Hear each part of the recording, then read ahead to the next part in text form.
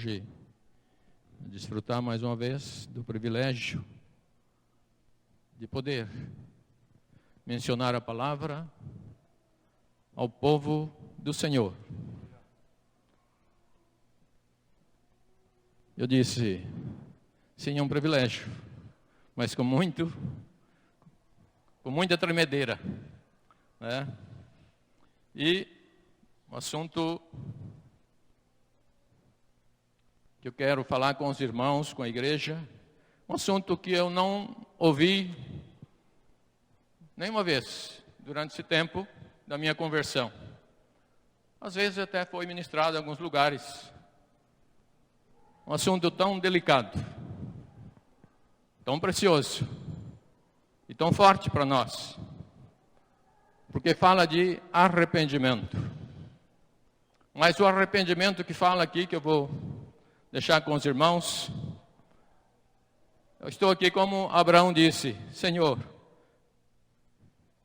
ali, Gênesis 18, 27 e assim por diante, quando ele intercedeu pelo povo, disse, perdão, Senhor, do meu atrevimento, estou sendo atrevido em citar o seu nome, para que o Senhor manifeste misericórdia.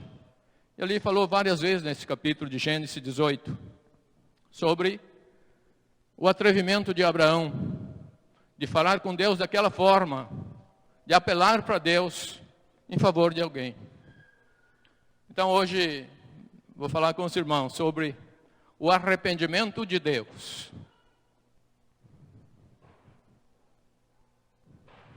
Por isso eu disse, é um assunto muito forte. Só que a diferença do arrependimento de Deus é muito diferente, extremamente diferente do nosso arrependimento quando precisamos.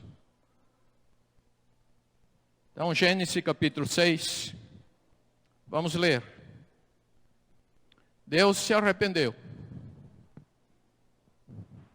Que essa palavra, que o Senhor, nesse meu ousadia, atrevimento, eu aconselho a cada irmão, não falar de qualquer jeito esse arrependimento de Deus, mas com todo temor, com toda intimidade, com toda dependência da misericórdia de Deus.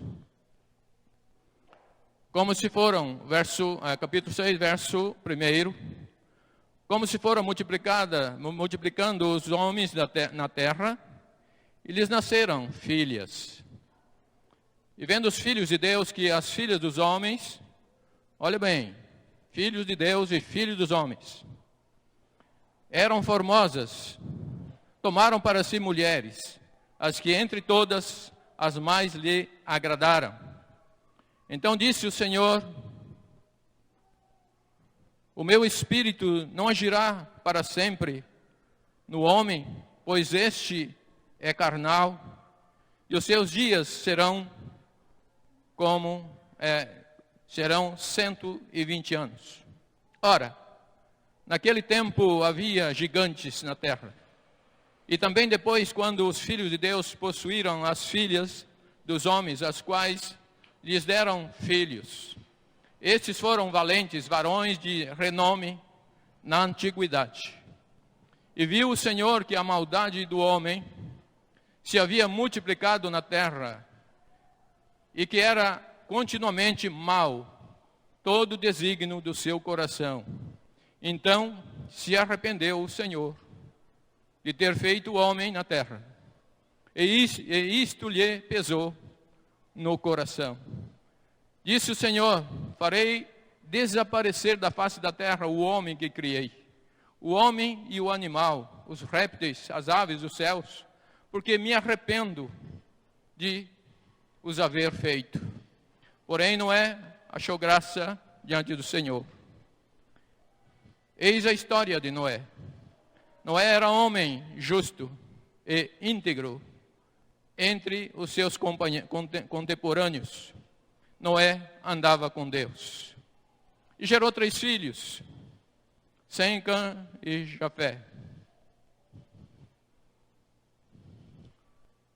Só uma ênfase aqui, quando Noé gerou esses 3 filhos, ele estava com 500 anos. É para assustar. Noé estava em torno de 500 anos quando gerou. Todo o estudo diz isto. Verso 11. A terra estava corrompida à vista de Deus e cheia de violência. Viu Deus a terra e eis que estava corrompida, porque todo ser vivente havia corrompido o seu caminho na terra. Então disse Deus a Noé. Preste bem atenção nesse versículo 13 também. Então disse Deus a Noé: resolvi dar cabo de toda a carne, porque a terra está cheia de violência dos homens. Eis que os farei perecer juntamente com a terra. Faze uma arca de tábuas de cipreste, e nela farás compartimento e a calafetarás com betume por dentro e por fora. Deste modo o farás. De 300 côvados será o comprimento, e de 50 a largura, e a altura de 30. E farás ao seu redor uma abertura de 1 côvado de altura. E a porta da arca colocarás lateralmente. Farás pavimentos na arca, um embaixo e o segundo e o terceiro. Porque estou para derramar águas em dilúvio sobre a terra, para consumir toda a carne em que há fôlego de vida debaixo dos céus. Tudo o que há na terra perecerá. Contigo, porém, estabelecerei a minha aliança. Entrarás na arca, tu e teus filhos, e tua mulher, e os filhos de teus filhos, e de tudo o que se vive, e toda a carne, 2 de cada espécie, macho e fêmea, farás entrar na arca, para os conservares vivos contigo. Das aves, segundo a sua espécie, do gado, segundo a sua espécie, de todo réptil da terra, segundo as suas espécies. 2 de cada espécie virão a ti, para os conservares em vida. Leva contigo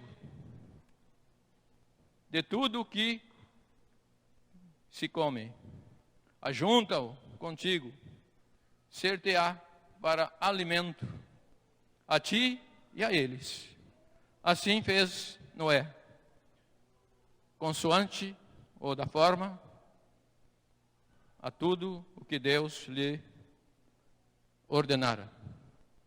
Então nós vemos alguns versículos aqui que Deus se arrependeu por um motivo justo. E nós, às vezes, arrependemos, porque precisamos arrepender. Porque estamos mortos e precisamos de vida, então nos arrependemos e aí alcançamos vida. Então viu o Senhor que a maldade do homem se multiplicava. E era mau o desígnio do seu coração.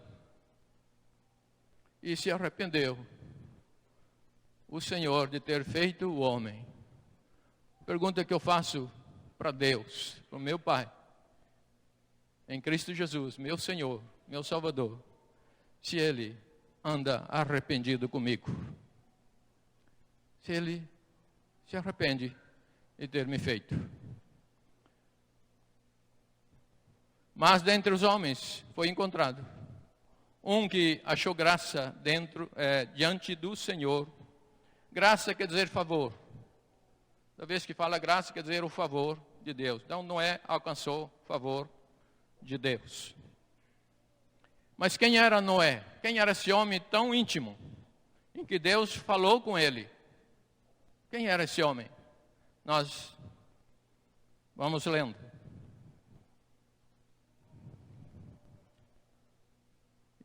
Quem era Noé? Como ele andava e com quem ele andava. Verso 9. Quem era Noé? Como ele andava e com quem ele andava. Lembra do Salmo 1 e outras passagens que os irmãos sabem. Noé é homem justo, íntegro, no meio de homens, Ele não era íntegro e justo porque ele estava sozinho ali naquela região, naquela cidade, naquele lugar. Ele era justo e andava com Deus no meio dos homens. Porque ser justo, longe das provas, longe das acusações, longe dos assédios, não é muito difícil. Mas ser justo, andando no meio dos homens, em que vêm propostas de todos os cantos. Deus sempre fala com quem anda com Ele. Isso inquietou meu coração. Perguntei para o Senhor: se o Senhor sempre fala com quem anda contigo, porque às vezes eu tenho sido tão pobre de saber as tuas coisas. Por que, Senhor? Certamente eu não tenho andado na medida que devo andar com Deus, na intimidade que andava esse servo. Deus sempre fala com quem anda com Ele. E assim por diante, Deus falou com Noé, verso 13. Deus falou com Abraão, 18, 17. Deus falou com Isaías, capítulo 6, verso 8 e 9, 9 e 6. Deus falou com Joel, tudo muito conhecido esses textos. Não vou ler aqui. Deus falou com Joel sobre o Espírito Santo, profeta Joel 2:28. E Deus falou através de seu filho, João 14, versos 6 e 7, capítulo 16, verso 7, também a 13. Todos esses textos. Noé. O que quer dizer Noé? Quer dizer consolo, quer dizer repouso. Penso que andava com Noé, tinha repouso, tinha descanso. O significado de Noé quer dizer consolo e repouso. Deus sempre fala com os homens. Deus fala através dos servos, dos profetas. Deus fala através da sua palavra, que nós temos em nossas mãos. Deus fala pelo Espírito Santo. Deus fala através de nossa vida e de nosso testemunho também. Deus fala. A minha preocupação e temor é se Deus tem falado e eu não tenho ouvido. Essa tem sido a minha preocupação. Deus disse a Noé: faça para ti. A arca não era para Deus. A arca era feita para Noé. Tem tradução diferente. A minha aqui que eu li não diz para ti, mas tem tradução que diz: faça uma arca para ti, Noé. A arca era um socorro de Deus para Noé, porque Deus não precisa de arca. Essa arca era para Noé. Uma arca de madeira com compartimentos, e betumarás por dentro e por fora. Verso 14. Betumes. O que é betume? Pode ser um derivado de petróleo, né? Aquele piche asfáltica, aquele material asfáltico. Mas pode ser também a resina de árvores. Tem árvores que dá muita resina. Então, esse betume, esse betumar, era entre as duas pranchas, colocar bastante desse betume, bastante desse produto, para que a hora que a prancha acomodasse ali em cima, não vazasse água, não penetrasse água. Fazer uma arca não é fácil. Diz que a arca, lemos aqui o tamanho, alguns estudiosos dizem que ela suporta uma carga superior a 500 vagões. Mas parece que essa arca não é tão grande, 135 metros, por 25, por 20 e tal, por 20 de altura. Os estudiosos dizem que essa arca tinha capacidade para suportar 500 vagões. Isso tudo é sobrenatural. Nós não vamos entender isso aqui na terra. Só o Senhor, só o Espírito de Deus pode revelar isso ao nosso coração. Fazer a arca, mas com que material deve ser usado para fazer essa arca? E qual o modelo dela? Em quanto tempo ou quanto tempo eu vou demorar para fazer. A história diz que Noé demorou uns 100 anos para fazer. Alguém disse 120. Mas, vamos na média. Pode ser que seja 120. Também esse não é a nossa maior preocupação. O Senhor tem a resposta para cada um de nós. Se andarmos com Deus, Ele nos instruirá como construir todas as coisas para a glória dEle. Se eu andar com Deus, Ele vai me instruir. E nessa instrução Ele vai me capacitar para que todas as coisas sejam construídas para a glória dEle. A arca foi construída para Noé, para a glória de Deus. Milagre sobrenatural de Deus. Andar com Deus. Às vezes nós nos prendemos com coisas pequenas. Digo pequena porque Deus tem coisas maravilhosas e grandes. Mas às vezes nós prendemos e achamos, entendemos que é suficiente estarmos num culto. E é muito bom e é abençoador. E eu animo os irmãos a estarem sempre nos cultos. Porque diz que nós não devemos deixar de congregar. Toda vez que eu deixo de congregar, eu estou perdendo bênção no sentido de aprender, de ser animado, fortalecido e corrigido também. E ali eu ouço as promessas que Deus tem.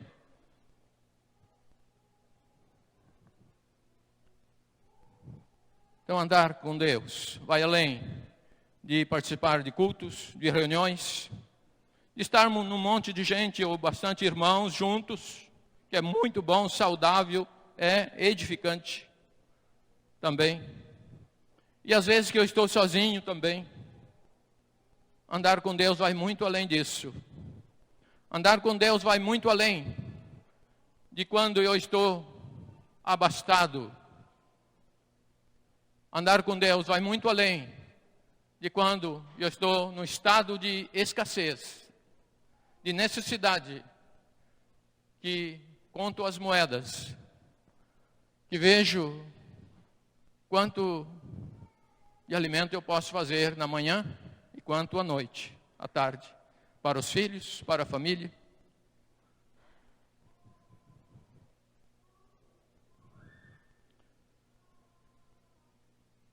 Devemos andar com Deus para construir nossas vidas. Andar com Deus para construirmos as nossas famílias. Andarmos com Deus para construir a nossa fé. Andarmos com Deus para aprender a obediência. Andar com Deus para aprender a amar. E andar com Deus para aprender a unidade. Não tem como eu aprender a unidade se eu não conheço o meu Deus, que é trino, que é Pai, Filho e Espírito Santo. Eu preciso andar com Deus.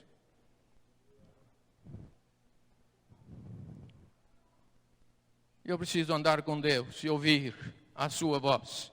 E foi assim todos esses irmãos, profetas que Deus usou, que nós lemos. Precisamos ser organizados, disciplinados na vida. Devemos ser organizados e disciplinados no lar. Às vezes nós somos organizados e disciplinados fora. Mas e no lar? E na minha casa? Sou cooperador? Sou uma dispensa cheia de serviço, de exposição, de doação, de oferta? E eu preciso ser organizado e disciplinado no lar, no trabalho e nas finanças. O homem sábio administra bem suas finanças. Ele cuida disso, principalmente quando se trata dos valores que é de Deus. Alguém disse que nós temos que tratar das finanças que é de Deus com todo cuidado, como se estivesse pegando uma dinamite. De repente ela explode. A gente sabe de história que alguns pastores, alguns irmãos amados que eu conheço, foi afastado do ministério porque não administrou bem a finança da igreja. Alguns irmãos aqui conhecem. Por isso que eu não mexo com finanças. Aqui tem tesouraria, tem tudo. Não mexo com dinheiro. Isso não é a minha função e nem quero. Tenho muito medo disso.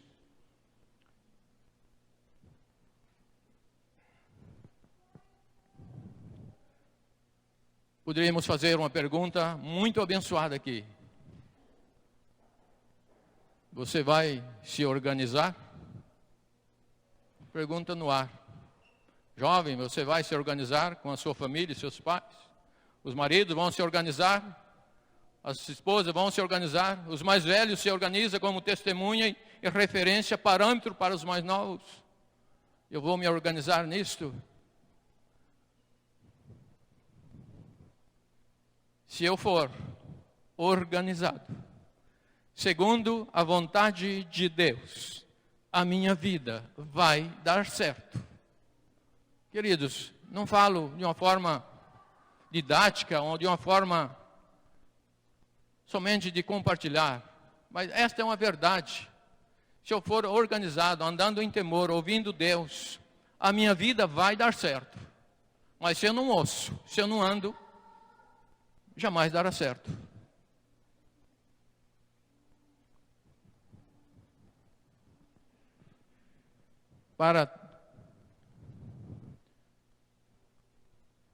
Construa e calafete com o betume por dentro e por fora. Não permitir brecha. Por dentro é um coração totalmente semelhante a Jesus, em que recusa toda oferta que é desta terra. Por dentro o coração está blindado pelo Espírito Santo. Então nada penetra. E por fora, meus lábios, meus olhos, meus ouvidos, minhas atitudes, meus procedimentos, como que está betumado, vedado, meu lado de fora. Minhas vestimentas, meu exemplo, como está vedado? Verso 14. Vedar as brechas, passar betume do Espírito Santo, para que o inimigo não penetre. Um homem cheio do Espírito Santo, o inimigo não penetre. Prova até, fiz isso com Jó. E fez isto com muitos servos de Deus. Mas o mal não derrotou esses homens e nem derrotará cada um de nós quando eu for vigilante e andar com Deus e ouvir Deus.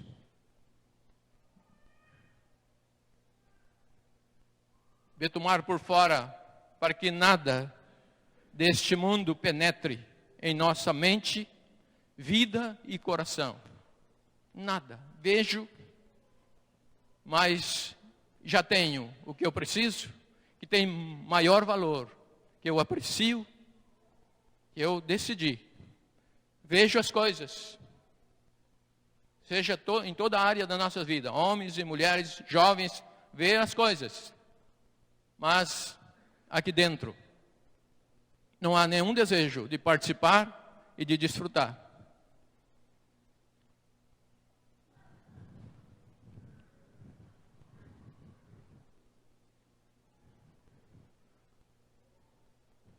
Faria outra pergunta, ninguém precisa erguer a mão.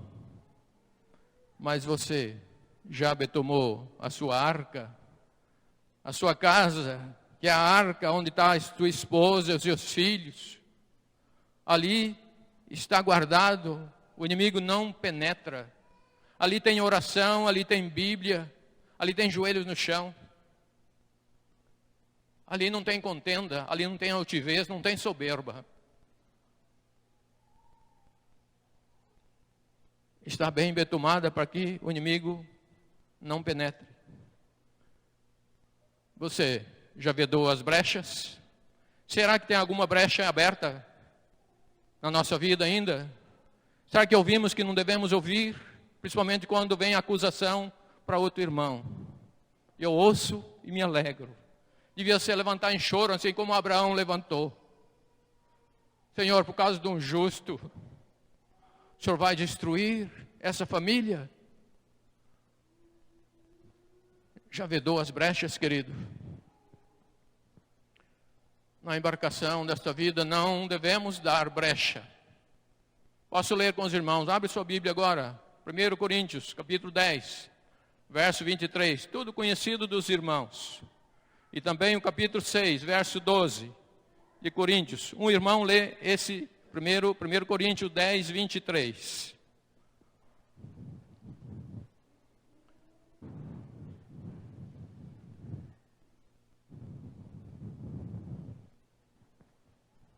Pode ler, querido.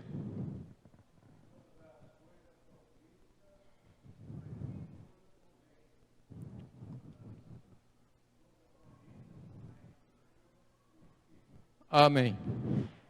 Capítulo 6, verso 12. Outro irmão, que vai falar com mais detalhe. Capítulo 6, verso 12.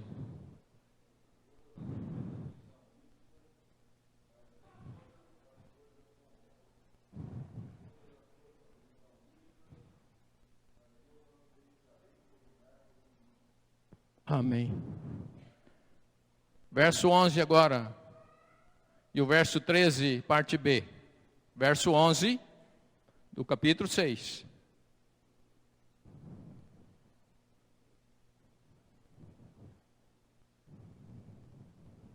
Pode ler.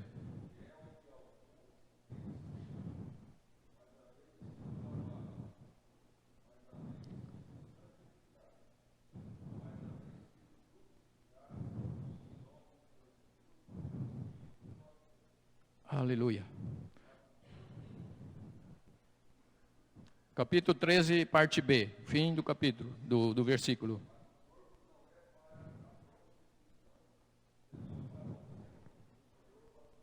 Aleluia. Tapando as brechas. Passando betume.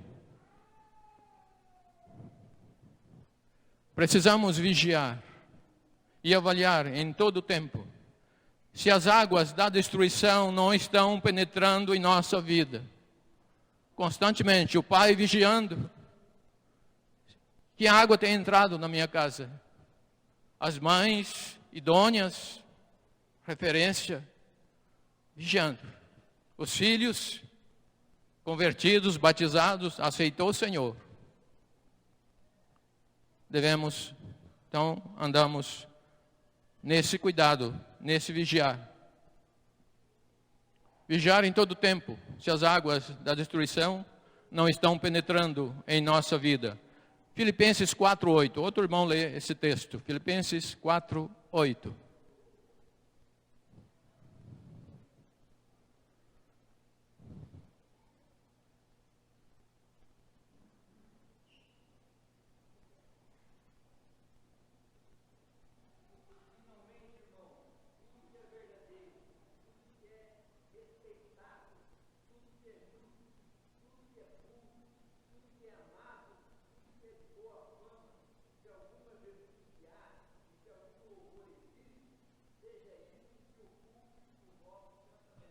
Amém.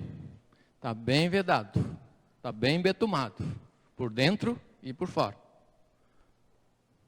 O Senhor está ali, o Senhor é rei.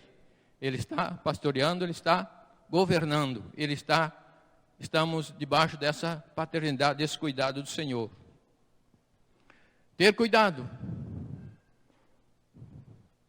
Esse texto é bem abrangente. Diz tudo que for verdadeiro, tudo que for respeitável. E vai indo o versículo. Então nós temos que ter cuidado com nossas vestimentas. Falo, lógico, sempre as mulheres coitadinhas, né? Que são as atingidas pelo ataque. Mas porque elas precisam se vestir bem, e é lindo. A mulher deve se vestir bem. Mas que ninguém olhe para sua esposa ou para sua filha e se escandalize.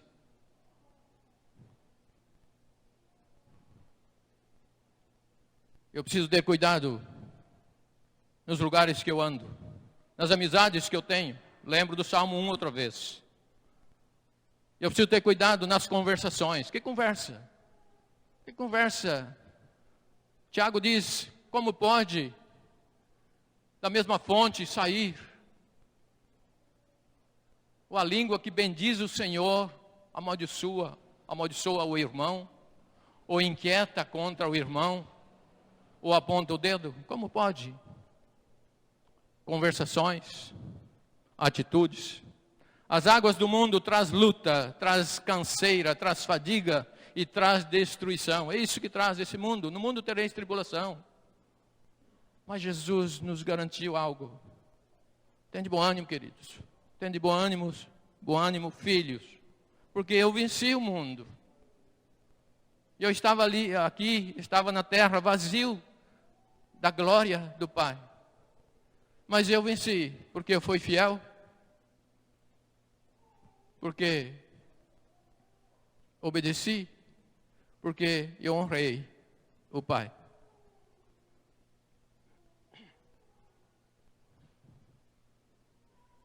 As águas lá de cima do trono de Deus, nos traz descanso, nos traz refrigério, nos traz vida. Água lá de cima. Quem é o manancial de água viva? Quem é o rio de água viva? Jesus, o Filho de Deus. Dele jorra água para a vida, de refrigério, de descanso. Não é água de destruição que jorra lá de cima. Alguém pode dizer, mas choveu, veio lá de cima. Queridos, esse questionamento é bastante literal. Estou falando dos céus, não estou falando de nuvens. Nuvens estão aqui embaixo, bem baixinho.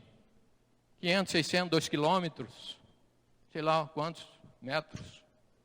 Mas águas que vêm lá do trono de Deus sempre nos traz e nos trará descanso, refrigério e vida para mim, para minha casa, para minha família. A arca tinha uma janela. Lemos aí no texto. Deus deu detalhes para Noé. Olha, você vai fazer uma janela e vai fazer uma porta. E vai fazer 3 andares. Primeiro, segundo e terceiro. Para ser bem organizado. Às vezes a nossa prateleira em casa não está tão organizada assim, né? Como estava a arca com tanto bicho lá dentro. Pouco ser humano, 8 só. E um mundão de bichos, de animais, de toda espécie. Estava tudo organizado. Não tem registro na Bíblia que um bicho lá de dentro da arca matou o outro. Mas tem registro na Bíblia que Caim matou Abel. Queridos, quando estamos na presença de Deus, tudo é sereno, tudo é seguro, tudo é provido. A arca tinha uma janela para respirar, uma janela para que o vento do Espírito entrasse. E diz que essa janela tinha 2 côvados. 2 côvados vai de 44 centímetros a 51, depende. Se eu olhar Ezequiel, 51,8, 51,8. Se eu olhar os outros textos, vai dar 44 centímetros, 4.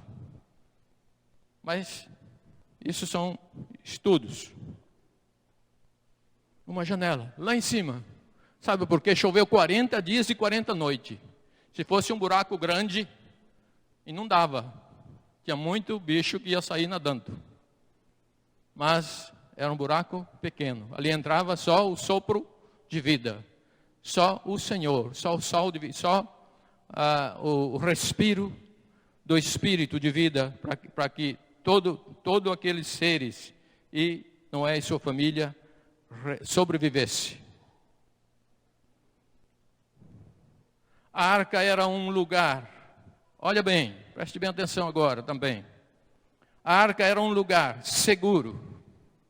Alguém que estava dentro da arca morreu? Tem história nisso? Nenhuma.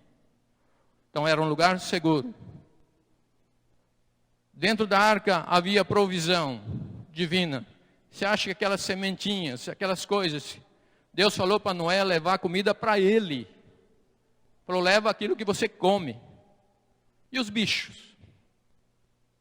Tinha elefante. Elefante deve comer bastante, né? Sei lá, 300 quilos por dia, não sei. Não estudei isso. Então, dentro da arca, era um lugar seguro e continha provisão divina. E dentro da arca tem um significado enorme, que é separar o que é de Deus do mundo. Separar o que é de Deus do mundo. Por isso é um lugar seguro, um lugar de adoração. Era um santuário para glorificar a Deus. Santuário. Tinha apenas uma porta. E João 10:9, Jesus disse, eu sou a porta. Só uma porta. Não precisa mais. Não precisa abrir outra porta, largar a porta. Jesus é a porta.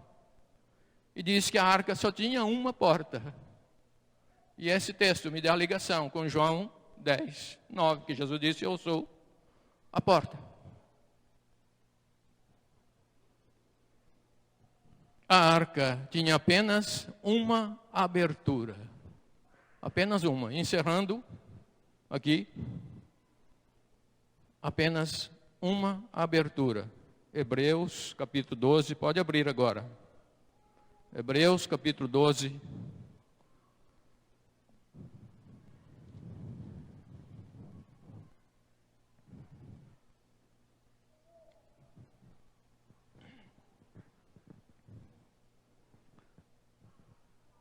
Portanto, também nós, visto que temos a rodear-nos tão grande nuvem de testemunhas, desembaraçando-nos de todo peso e do pecado que tenazmente nos assedia, corramos com perseverança a carreira que nos está proposta, olhando firmemente para o autor e consumador da nossa fé, Jesus.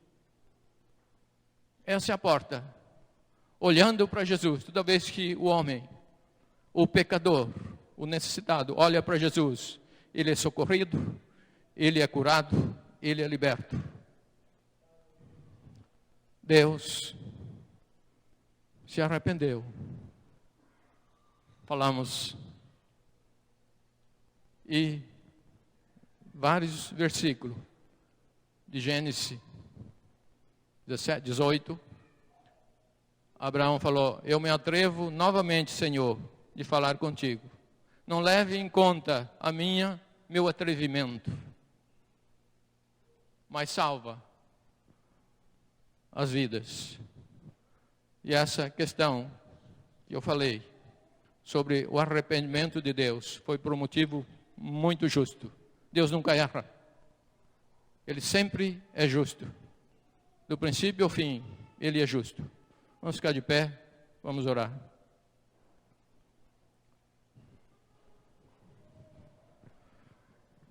Que Deus nos ajude na nossa caminhada nesta terra. Não fazer parte desta terra, que diz que nós temos uma pátria. E a pátria que o Senhor tem para cada um de nós não é aqui embaixo. É lá em cima, junto com o Senhor. Por isso, João 14, ele disse, não turbe vosso coração, crede em Deus, crede também em mim. Eu vou preparar-vos morada. Então é lá em cima, onde Jesus está. Ele ressuscitou, está à destra do Pai, ao lado direito do Pai. Se Ele está lá e nós estamos nele, e Ele está em nós, para onde nós vamos, queridos? Que é a ministração que tem acontecido em algum ponto aqui na fundamentação. Aliás, aconselho-te, que mesmo que você saiba bastante a Bíblia, participe da fundação, porque vai ser um bom testemunho para os seus filhos e para a sua esposa também. O homem que quando Deus quer dar, ele precisa ser grato e pronto a receber. Não importa quanto eu já aprendi. Daniel disse para mim, João, se você vai na quarta, não precisa ir no domingo. Se for no domingo, não precisa ir na quarta. Eu digo a ele e a outros irmãos, eu quero mais do Senhor. Eu venho na quarta, Deus revela muitas coisas. Venho no domingo à noite, Deus revela mais coisas. Nós não sabemos tudo. Nós somos aprendizes. Por isso, Filipenses 1:6. Esteja absolutamente certo aquele que começou a obra em vós, é isso? Como diz o versículo? Há de terminar. Isso, nós estamos em obra. Nós não sabemos, não somos mestres, doutorado em nada. Principalmente na Bíblia. Nós somos aprendizes. Desafio você a pensar nessa situação. Obrigado, Senhor, pela Tua palavra. Obrigado porque me sustentou. Obrigado porque o Senhor não imputou na minha vida o meu pecado e nem me condenou pelo meu atrevimento. Tenho certeza disso, Senhor, porque eu tenho conhecido o Teu amor. Tenho conhecido de perto, tenho Te ouvido. Eu tenho procurado andar mais e mais contigo. E junto com meus irmãos, os salvos, os santos, que tanto me abençoam, que tanto cuida de mim também. Abençoa meus irmãos, famílias, pais, mães, todos nós. Como nós precisamos de Ti. Às vezes somos terra seca. Às vezes somos famintos. Mas o Senhor supre tudo em nós. Obrigado, Deus, pelos meus irmãos. Abençoa. Guarda cada uma de suas vidas nessa semana, nos trabalhos, os jovens nas escolas, faculdades, crianças, irmãos e irmãs andando de carro nessas ruas, levando seus filhos às escolas, também indo ao trabalho, as viagens dos irmãos, as empresas. Tu és o Senhor. Nós queremos confiar mais em Ti e andar mais contigo. E queremos ouvir mais de Ti. Em nome de Jesus. Amém. Amém. Dê um abraço no seu irmão. Abençoa o que Deus criou, e que Deus perdoou, que Deus resgatou.